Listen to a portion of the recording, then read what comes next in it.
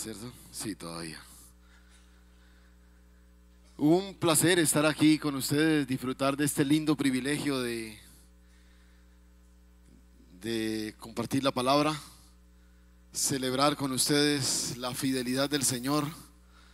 He tenido la dicha de acompañarlos en varias de estas celebraciones y qué rico con el paso del tiempo ver que la mano poderosa del Señor nos sostiene. Amén. Y bueno, primero quiero saludar a todos los que desde los diferentes lugares del planeta nos sintonizan en este momento a través de la internet, a los que están allí y pues de manera especial a mi hija que está allí también. Nena, un saludo. Y bueno, esperamos que también ustedes a la distancia puedan ser edificados por la visitación de la presencia de Dios a través de su palabra. Quería hacer algo antes de que iniciemos, porque una de las cosas que debemos atesorar en fechas como estas es de alguna forma lo que ha sucedido con nosotros en el proceso del obrar de Dios en nuestras vidas. Y creo que yo necesito a estas alturas tener claro lo que el Señor dice acerca de mí. Quizá Chalón a lo largo de todos estos 22 años ha cosechado un nombre. Hay muchos en Armenia que dicen cosas sobre Chalón, conocen Chalón, pero en últimas lo realmente importante no es lo que la gente dice, es lo que Dios dice. Amén. Entonces vamos a tratar de afirmarnos en lo que Dios dice acerca de nosotros. Ayer los que vinieron al tiempo con el liderazgo están un poquito más adelantados en la lección, pero ellos necesitan más tiempo, pero ustedes son mucho más brillantes y lo van a hacer más rápido. Entonces la idea es que usted atesore esto en su corazón. ¿Cómo lo vamos a hacer? Usted va a repetir después de mí y luego va a repetir conmigo y luego lo va a repetir solo. ¿Sí? Entonces esa es la dinámica. ¿Está listo? Bueno, entonces va a repetir después de mí. Soy un hijo de Dios. No, pero ¿cuántos son hijos de Dios? Y entonces, ¿por qué no dice? ¿Ah? No, repítalo como si de verdad lo creyera. ¿No? ¿Listos? Les voy a dar otra oportunidad, porque están de cumpleaños y eso, les voy a dar otra oportunidad. ¿Listos? 1, 2, 3. Soy un hijo de Dios, coheredero con Cristo, heredero de todo lo que Dios tiene, ciudadano del reino de los cielos, bendecido, no necesitado, establecido en Cristo para transformar las circunstancias y enviado al mundo para hacer la manifestación de su gloria. ¿Cuántos lo creen? Amén, gloria al Señor. ¿Usted lo cree? Ahora, esto es fácil asimilarlo porque esto es lo que nos define desde la perspectiva de Dios. Entonces de pronto le parece como no, pero es fácil. Mire que es reflexionar un poquito sobre lo que Dios dice. Ahora usted lo va a repetir conmigo, no después de mí, sino conmigo. ¿Listo? ¿Listo? Vamos a ver que ayer con el liderazgo nos tocó como 40 minutos con ellos. Son difíciles. Pero ustedes, ¿listos? Bueno, vamos. Soy un hijo de Dios, coheredero con Cristo, heredero de todo lo que Dios tiene, ciudadano del reino de los cielos, bendecido, no necesitado, establecido en Cristo para transformar las circunstancias y enviado al mundo para hacer la manifestación de su gloria. Ahora usted lo va a repetir solo, pero en su casa esta noche, porque ahora vamos a ir a la palabra. Muy bien, acompáñeme al Evangelio según San Marcos, el capítulo 2. Y hoy vamos a hablar del Evangelio. Ay, del Evangelio, pues claro, todos los días, todos los domingos hablamos del Evangelio. Pero estaba pensando, lo que vamos a intentar hacer hoy, en un recorrido sencillo, casi que devocional frente al texto, es tratar de apreciar la verdadera naturaleza del evangelio. Muchos de nosotros hemos abrazado el evangelio evangélico y no necesariamente el evangelio de Cristo Jesús. Entonces, de alguna forma, cada vez que pensamos en el evangelio, hablaba una vez con unas personas y les preguntaba, bueno, ¿qué es lo más difícil del evangelio? Piensa en esa pregunta. ¿Qué es lo más difícil del evangelio? Entonces algunos, por ejemplo, me decían, no, pastor, lo más difícil es de donde yo venía de una tradición. Y bueno, otros decían, por ejemplo, lo más difícil del evangelio es vivirlo. Uno puede creerlo o pretender que lo cree, pero el problema a veces es vivirlo. Y uno comienza a pensar y coloca el evangelio en esos términos de difícil y todo. Pero hoy quiero titular esta reflexión precisamente así, ¿no? El evangelio. ¿Qué es lo más difícil? ¿Qué es lo más difícil? Entonces vamos a ir a Marcos capítulo 2 y síganme por favor en la lectura. Entró Jesús otra vez en Capernaum después de algunos días y se oyó que estaba en casa, e inmediatamente se juntaron muchos de manera que ya no cabían ni a la puerta, y les predicaba la palabra. Entonces vinieron a él unos trayendo un paralítico que era cargado por 4, y como no podían acercarse a él a causa de la multitud, descubrieron el techo de donde estaba, y haciendo una abertura bajaron el lecho en que yacía el paralítico. Al ver Jesús la fe de ellos, dijo al paralítico: hijo, tus pecados te son perdonados. Estaban allí sentados algunos de los escribas, los cuales cavilaban en sus corazones: ¿por qué habla este así? Blasfemias dice. ¿Quién puede perdonar pecados sino solo Dios? Y conociendo luego Jesús en su espíritu que cavilaban de esta manera dentro de sí mismos, les dijo: ¿por qué caviláis así en vuestros corazones? ¿Qué es más fácil, decir al paralítico: tus pecados te son perdonados, o decirle: levántate, toma tu lecho y anda? Pues para que sepáis que el Hijo del Hombre tiene potestad en la tierra para perdonar pecados, dijo al paralítico: a ti te digo, levántate, toma tu lecho y vete a tu casa. Entonces él se levantó enseguida y tomando su lecho salió delante de todos, de manera que todos se asombraron y glorificaron a Dios, diciendo: nunca hemos visto tal cosa.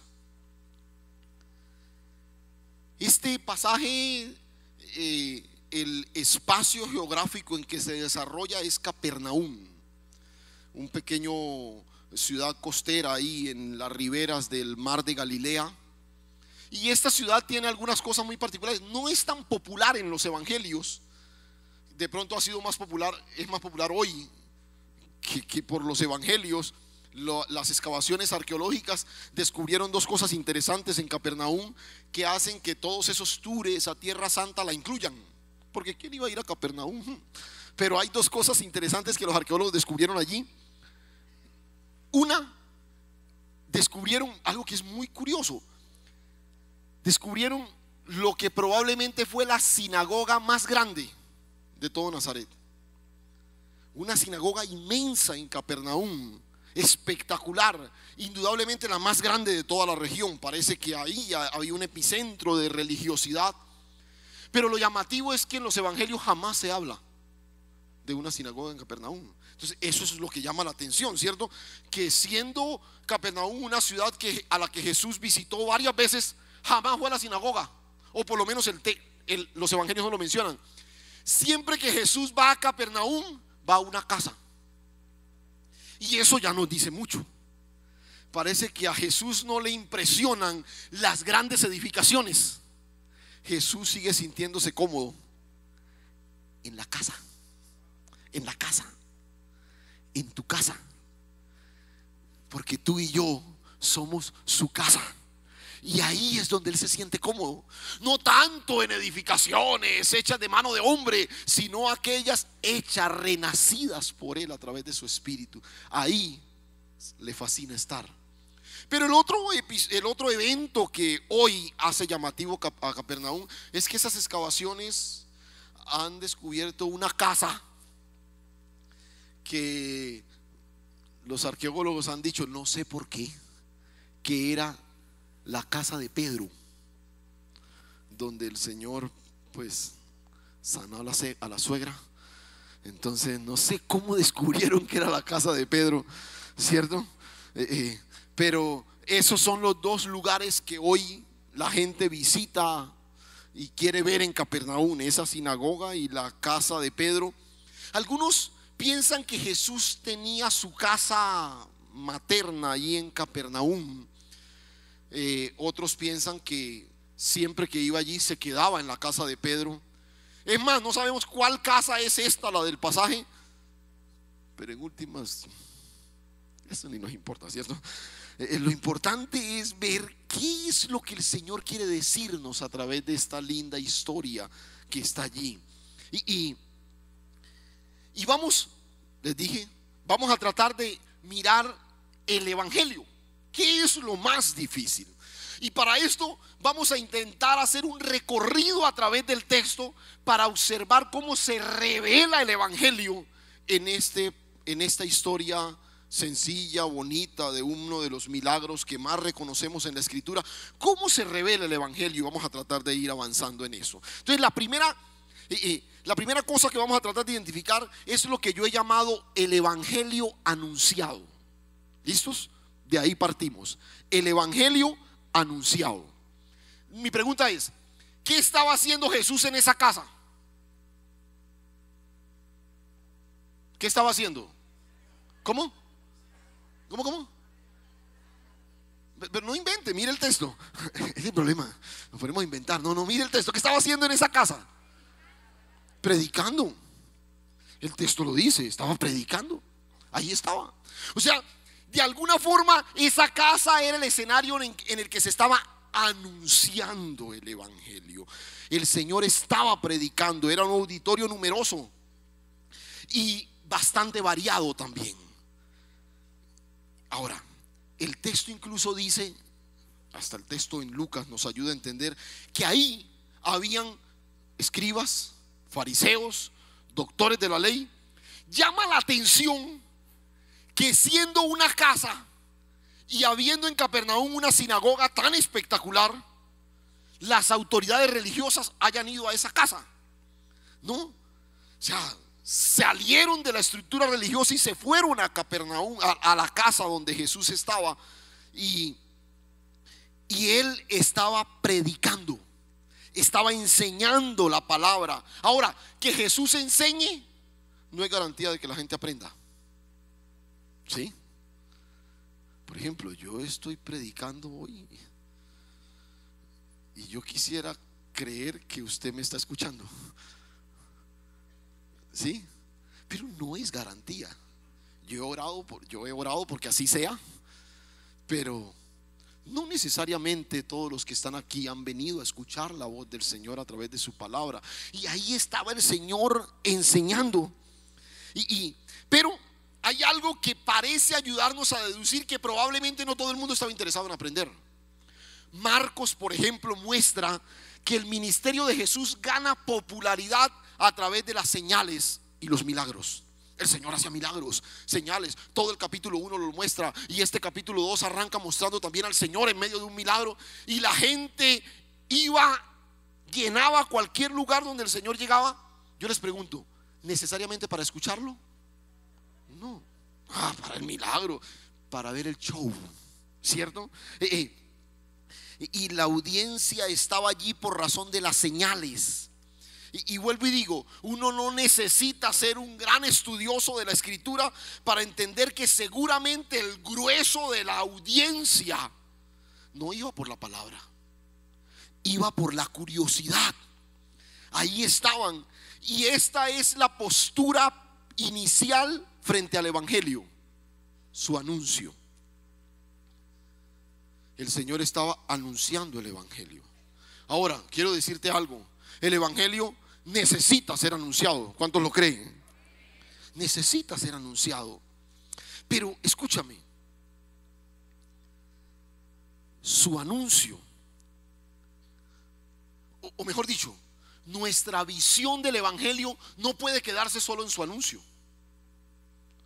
El Evangelio es un Evangelio que debe ir más allá de simplemente ser anunciado.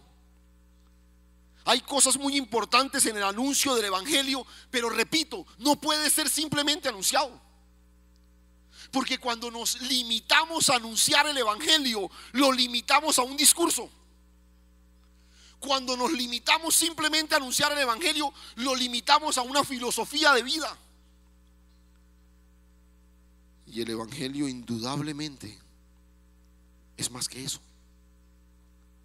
¿Lo crees? Ahora, la pregunta para cerrar esta primera parte sería: ¿nos hemos limitado solo a anunciar el evangelio? O lo que sería peor, ¿nos hemos limitado solo a exponernos al anuncio del evangelio? Porque si es así, hay una dimensión del evangelio en la que no hemos incursionado. Entonces, sigamos mirando qué más nos regala el texto, y pasamos del evangelio anunciado al evangelio compartido. Al evangelio compartido. Y el texto dice que vinieron a él unos trayendo un paralítico cargado por 4 que no podían acercarse a la casa por la multitud.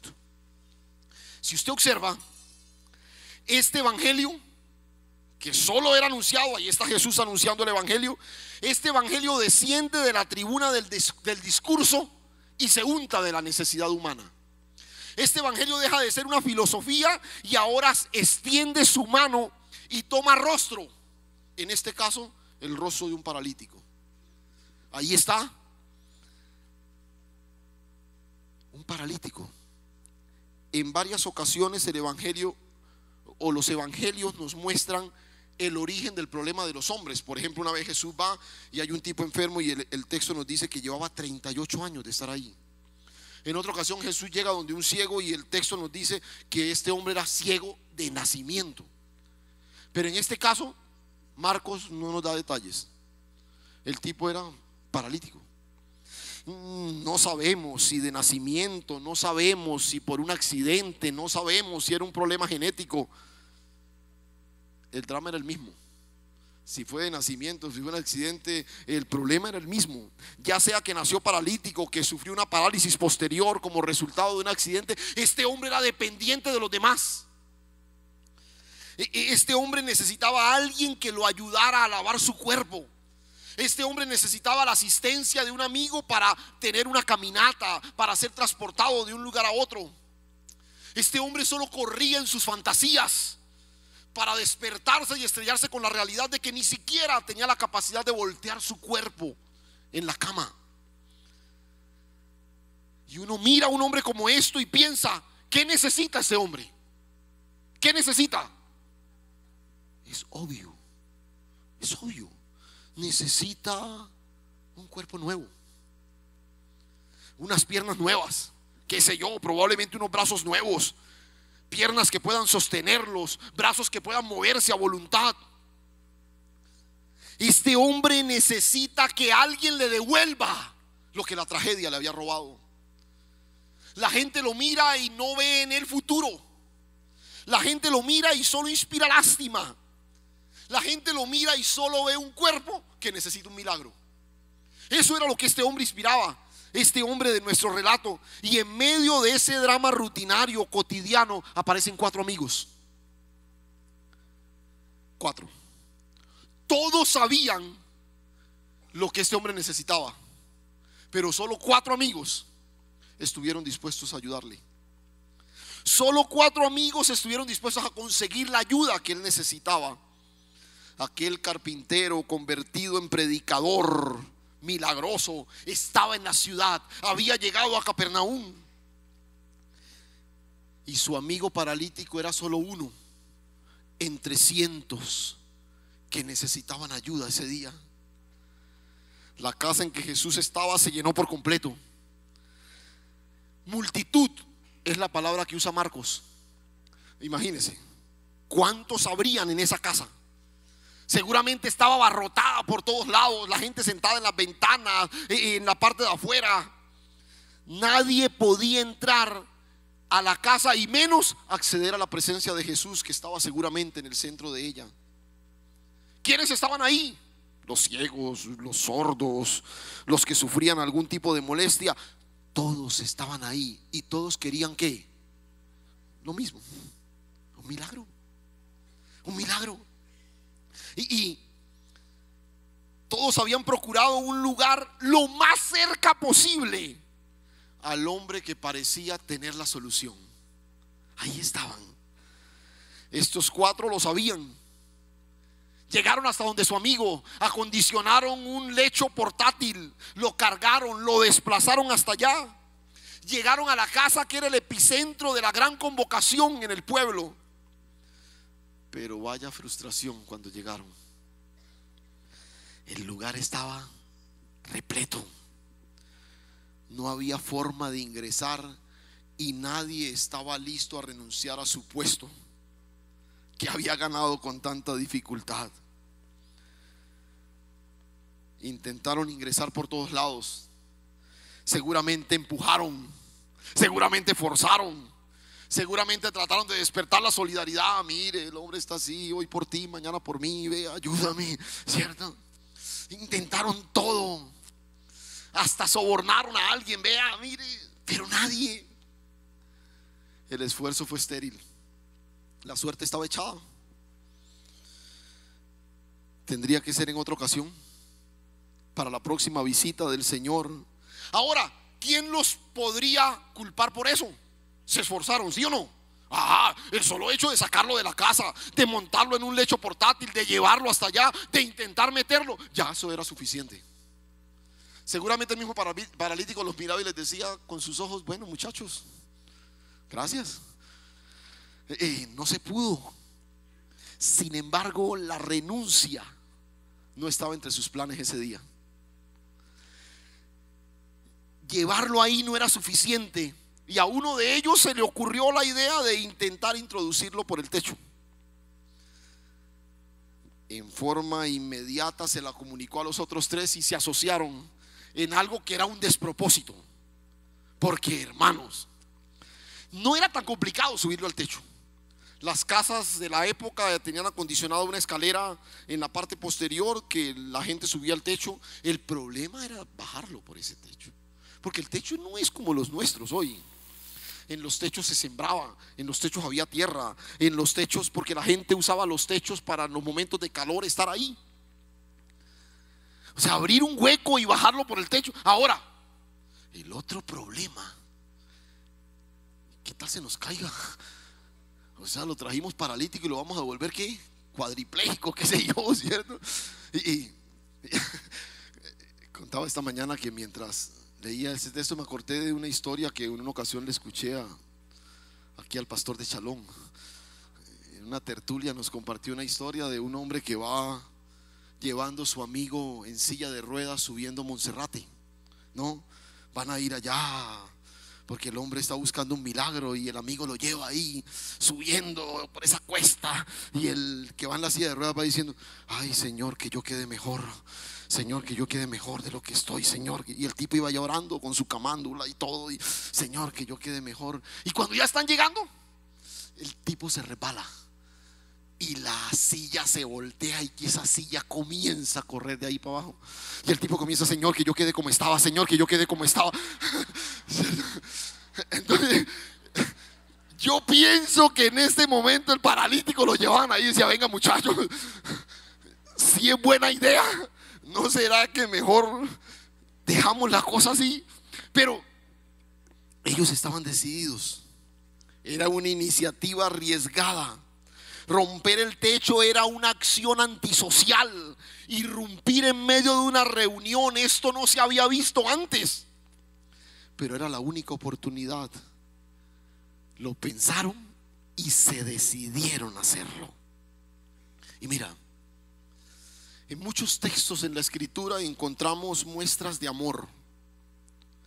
La vida misma a nosotros a veces nos sorprende con destellos de esta hermosa virtud. Celebramos por estos días el mes del amor, de la amistad. Pero aquí, en este episodio que gira en torno a un milagro, podemos apreciar un verdadero derroche de amor. Estos cuatro amigos estaban mostrando con toda nitidez su amor por su amigo desvalido. Y este derroche de amor es un derroche de amor del más puro, un amor desinteresado. ¿Qué ganaban con que este otro caminara? Este es el amor que camina una milla más. Este es el amor que pone la otra mejilla. 4 hombres que pasaron de preocuparse por el problema de su amigo y decidieron amarle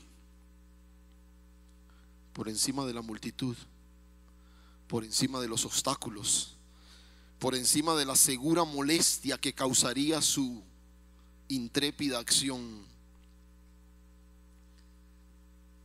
A eso me refiero con un evangelio que se comparte. Si tú observas la visión del evangelio de estos 4, va más allá de un anuncio. Este es el evangelio que decide ir a la necesidad misma. Este es el evangelio que decide mostrar con claridad el amor de Dios. Sí, hay que anunciar el evangelio, pero sobre todo hay que compartir el amor que hemos recibido en Cristo Jesús.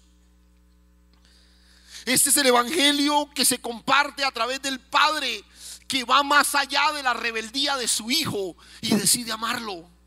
Este es el evangelio que se comparte a través de esa esposa que, a pesar de las frustraciones en su relación con su esposo, decide amarlo y perdonarlo y comenzar de nuevo.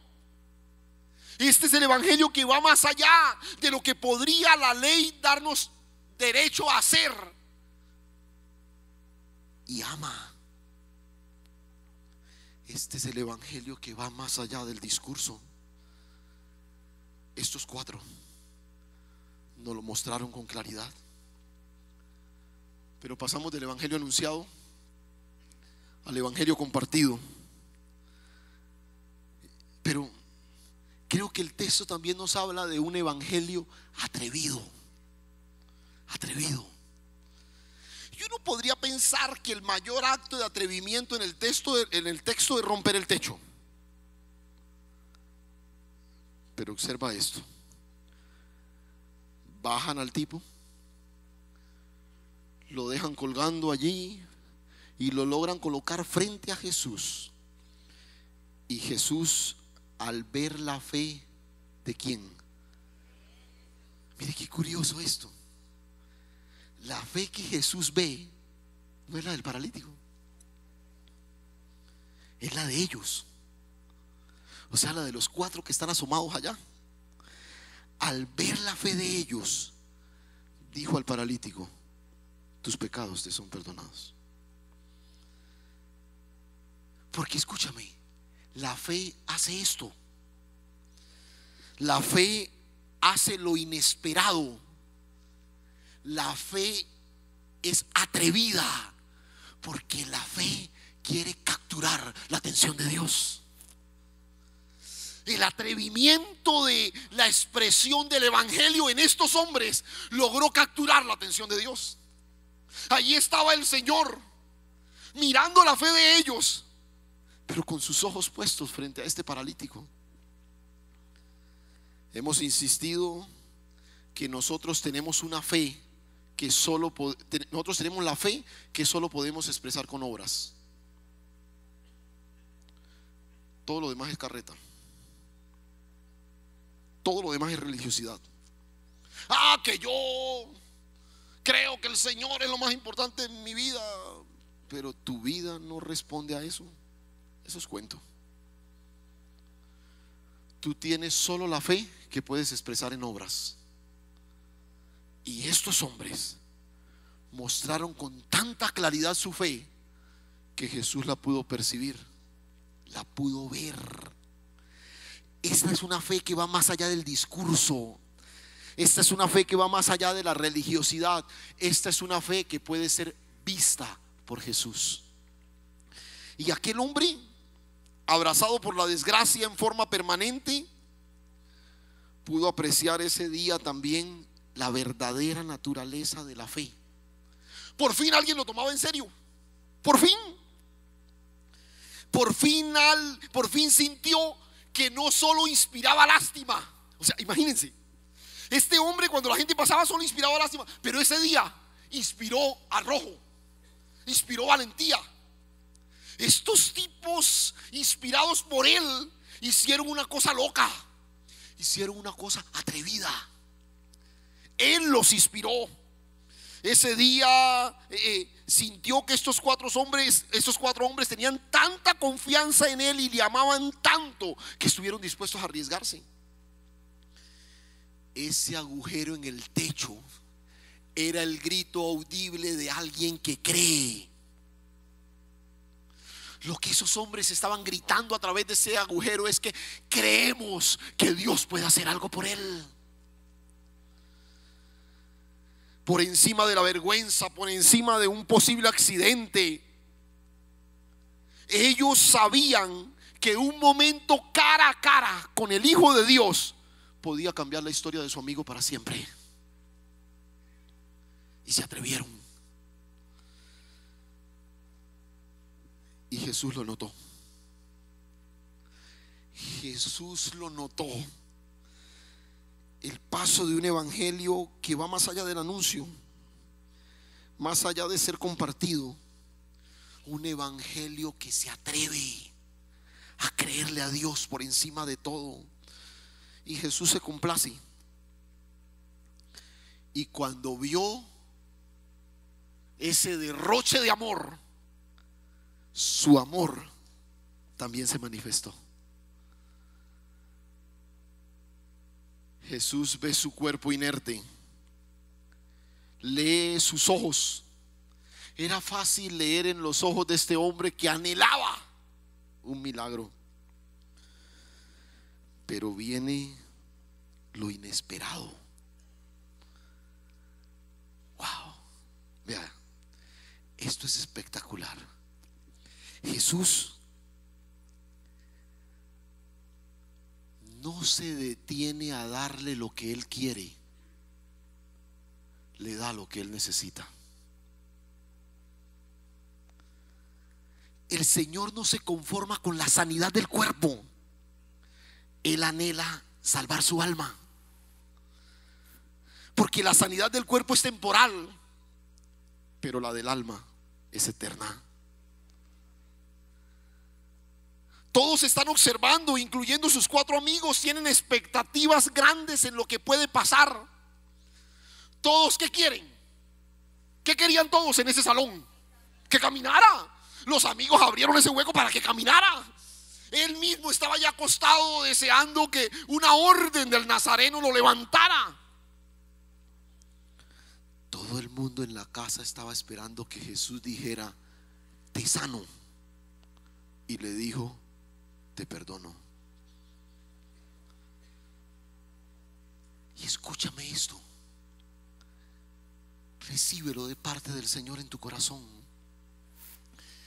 Esta es la naturaleza atrevida del evangelio. El evangelio incursiona más allá de lo que se ve, más allá de lo que es obvio, más allá de lo que la gente quiere. El evangelio ha venido para proporcionarnos lo que realmente necesitamos. Lo que realmente necesitamos. El evangelio es poder de Dios para salvación. Ellos quieren unas piernas nuevas para que pueda caminar. Jesús le da su gracia para que pueda vivir. Ese es el evangelio. No viene para darte lo que tú quieres, viene para darnos lo que necesitamos. Atrévete. Atrévete por un instante a estar cara a cara con el que puede transformar para siempre tu realidad.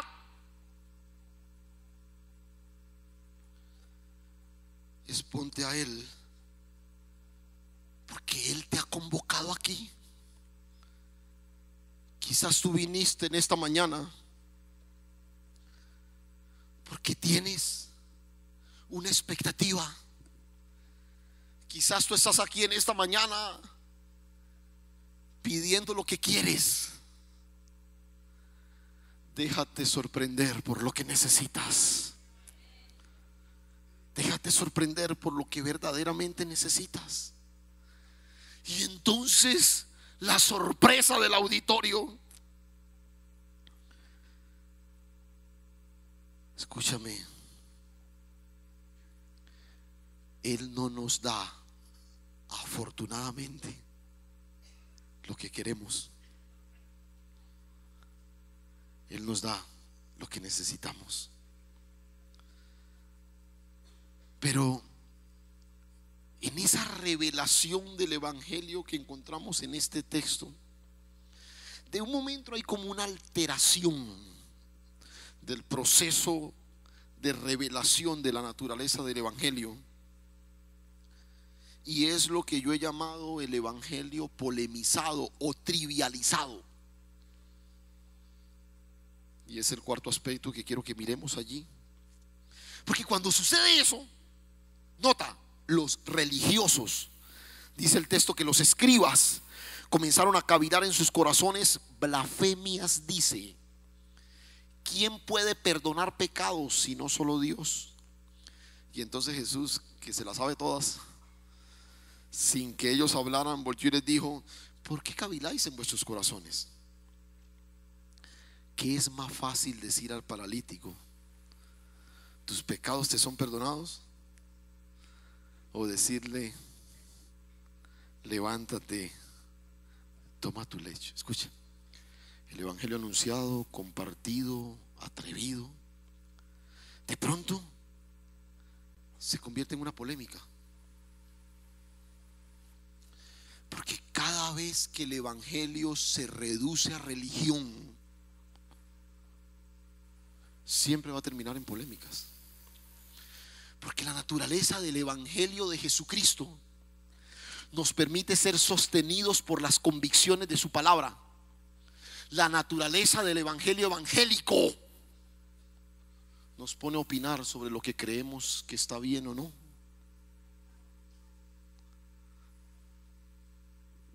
Y es interesante notar que la discusión de esta polémica es generada por los religiosos. Ellos están listos a juzgar qué es blasfemia y qué no. Es más, van incluso mucho más allá. Ellos están listos a decidir qué puede hacer Dios y qué no puede. Porque ahí lo dicen: ¿quién puede perdonar pecados si no solo Dios? Y mira, ellos están ahí discutiendo cómo alguien puede hacer algo que está por fuera del marco de la ley. Cualquier judío promedio entendería que eso no se puede hacer. ¿Cómo es que Jesús se atreve a salirse de lo que está establecido? Ellos querían que lo levantara y punto. Y entonces sus corazones, en vez de estar expectantes de lo que Dios quiere hacer, se inclinan hacia el juicio. Y Jesús les plantea una pregunta muy interesante. Hubiera sido muy chévere ver la cara de ellos cuando el Señor les dice: bueno, ¿y qué es más fácil? Entonces uno dice: bueno, si digo que es más fácil perdonar, dice: pues perdónelos. Y un judío jamás se atrevería a hacer eso.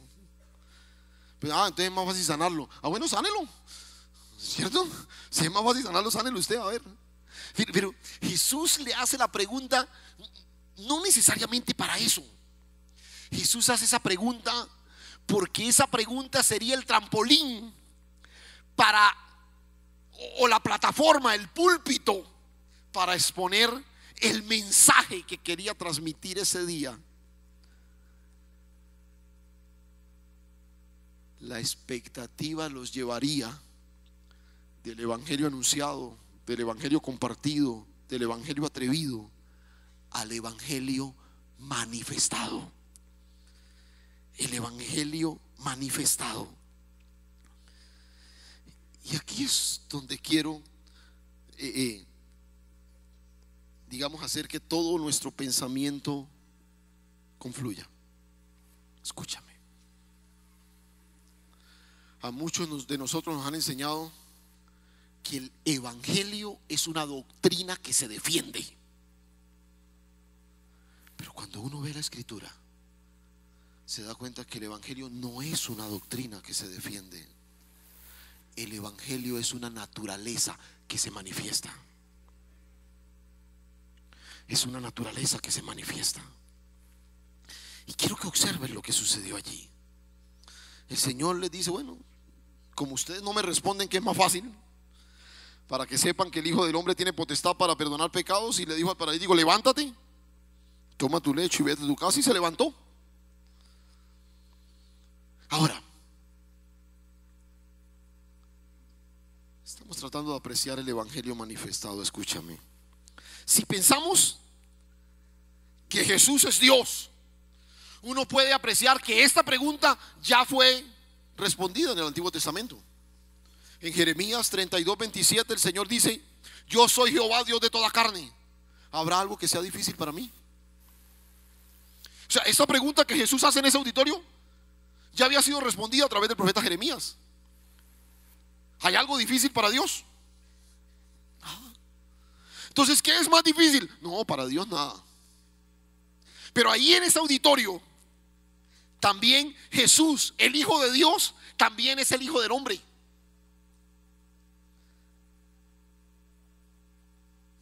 ¿Qué es más fácil para Jesús de Nazaret? ¿Perdonar el alma o sanar el cuerpo? ¿Qué causa menos dolor a Jesús? ¿Darle a un hombre la salud u otorgarle el cielo? Y escúchame, para sanar el cuerpo de este hombre, al Señor le bastó una orden. Para perdonar su pecado, tuvo que derramar su sangre en la cruz. ¿Ves la diferencia? Lo primero fue hecho en aquella casa, rodeado de mucha gente y con la expectativa de sus 4 amigos. Lo segundo fue hecho en la cima del monte Calvario, rodeado de 2 ladrones. Lo uno requirió una palabra, lo otro requirió entregar su cuerpo. Lo uno llevó solo un momento, lo otro le llevó toda la vida. ¿Qué es más fácil? Lo más grande fue su amor por estos 4 amigos, porque Él llevó el pedido de ellos mucho más allá de lo que ellos querían. Porque cuando esos 4 amigos descolgaron a ese hombre imposibilitado por ese techo, el Señor no solo fue a su necesidad, el Señor fue a la cruz. Primero fue a la cruz. La verdadera naturaleza del evangelio es la que despliega la gracia de Dios, poniendo al alcance de cada persona no lo que quieren, sino lo que verdaderamente necesitan. Aleluya. Porque el verdadero evangelio nos muestra lo que realmente Jesús es. Él no es el maestro que hace milagros. Él no es simplemente el excelente expositor que hace señales. Él es el Hijo de Dios que ha venido a rescatar tu vida, trasladarla de la potestad de las tinieblas al reino de su amado Hijo, darte nueva vida en Él y otorgarte un lugar a su lado por la eternidad. Aleluya. Eso es lo que ha venido a hacer. Ese es el anuncio del evangelio.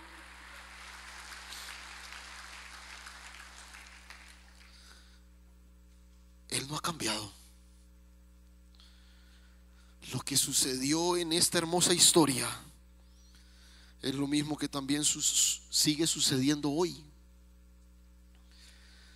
Sus ojos siguen recorriendo nuestro caminar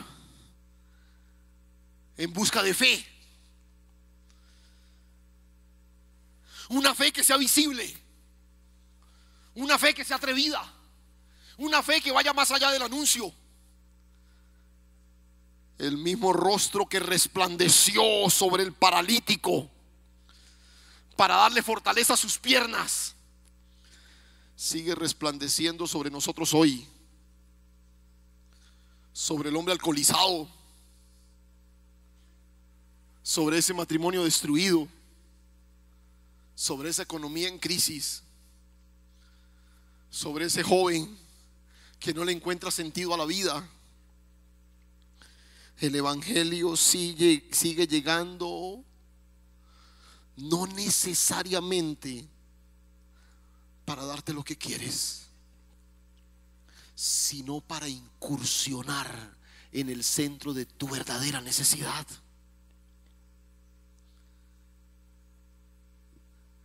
Quiero decirte algo. Iniciamos con la pregunta: el evangelio, ¿qué es lo más difícil? Lo más difícil ya fue hecho. Ya fue hecho.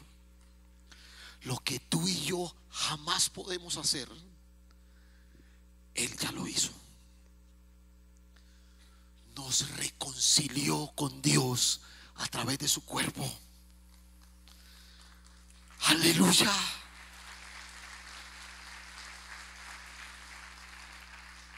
Sufrió una muerte que tú y yo no podíamos morir, para darnos una vida que sin Él no podríamos vivir. Ya lo hizo. Ya lo hizo. Pero mira, Él sigue extendiéndose amorosamente sobre nosotros. Él sigue pasando por alto nuestras peticiones egocéntricas para darnos lo que necesitamos, aunque el costo sea más alto.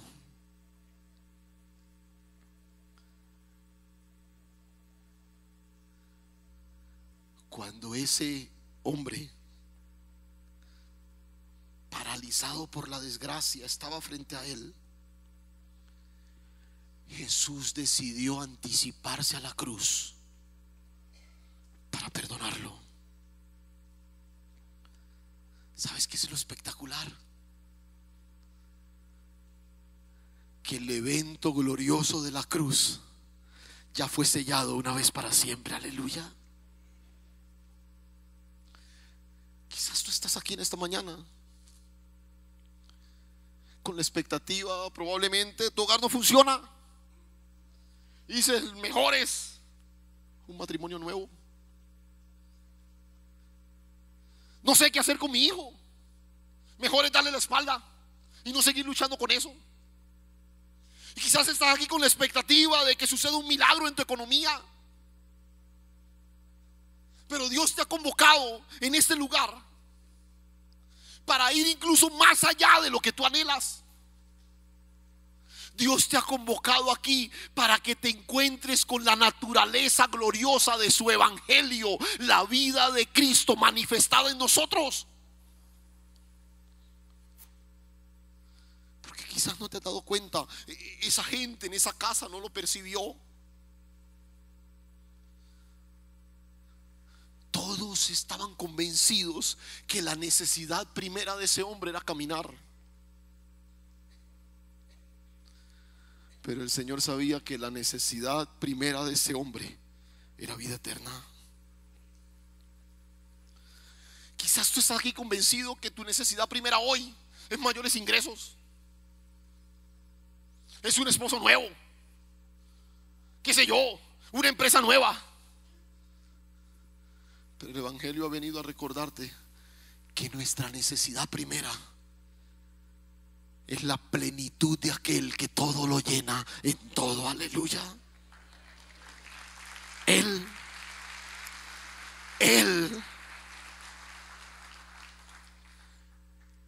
es lo que realmente necesitamos. Escúchame. Rompe el techo. Deja que a través de esa acción atrevida Dios pueda ver tu fe. Y exponte por un instante cara a cara al rostro del Señor. Y entonces te vas a encontrar por fin con lo que necesitas. Porque un instante expuestos al favor de Dios es más que años de la búsqueda insaciable de nuestras propias soluciones.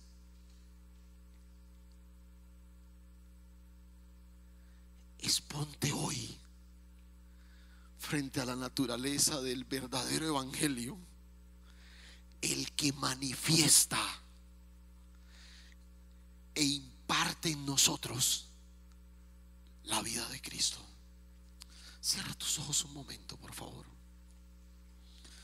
Cierra tus ojos un instante. Y yo quisiera invitarte a que permanezcas un momento en quietud. Yo quisiera invitarte por un instante a que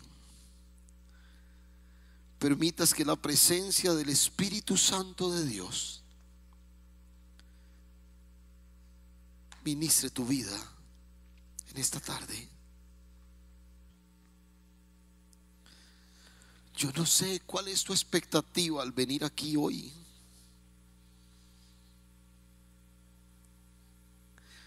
Lo que yo sí sé es que Él te convocó aquí para que te encuentres con lo que necesitas.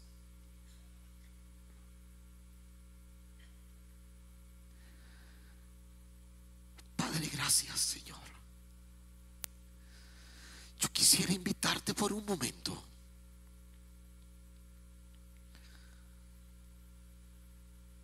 a que te descuelgues por el techo rompas el techo de tus prejuicios.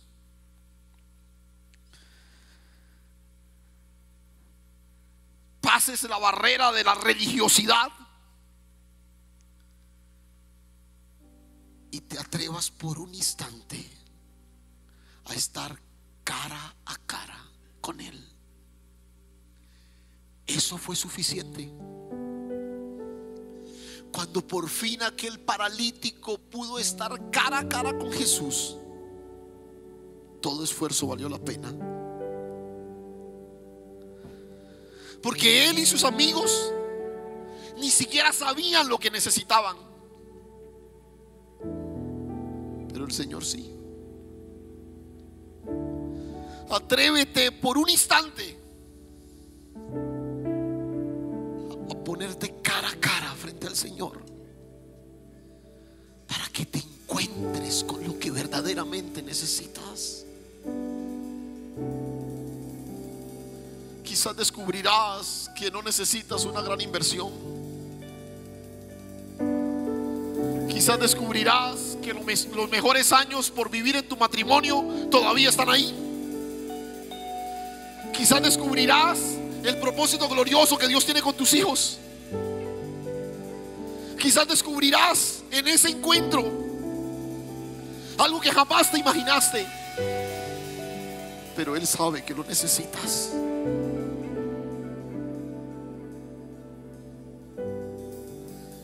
Permite que la presencia gloriosa de su Espíritu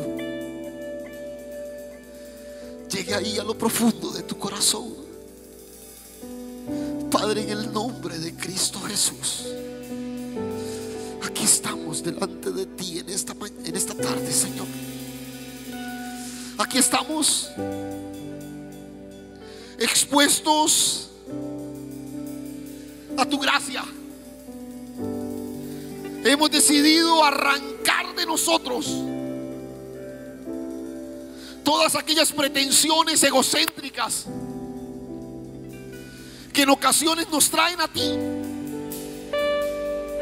buscando nuestra propia satisfacción, anhelando el cumplimiento de nuestro propio proyecto. Hoy, por un instante, Señor, nos postramos ante tu rostro. Aquieta tu espíritu por un momento y encuéntrate con la naturaleza del verdadero evangelio de Dios en Cristo Jesús, para que la naturaleza gloriosa del Hijo sea manifestada en tu vida. Encuéntrate con tu verdadera necesidad. Ahora suplida por la gracia restauradora del Señor. Aquí estamos, Señor. Sé propicio a nosotros, oh Dios. Míranos aún en medio de nuestro egoísmo. Extiende tu gracia, Señor, aún por encima de nuestras expectativas. Y establece tu propósito y tu voluntad en nosotros, Señor.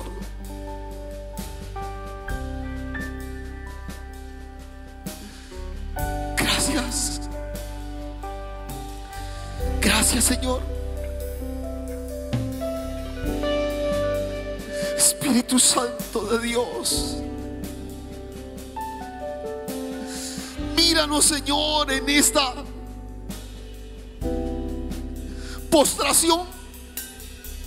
No necesariamente como el hombre de la historia. Quizás muchos podemos mover con libertad nuestras manos y nuestras piernas, pero nos sentimos postrados, limitados en tantas cosas, Señor. Pero hoy queremos encontrarnos con nuestra verdadera necesidad, que es alcanzada por el Evangelio de Dios en Cristo Jesús. Aleluya.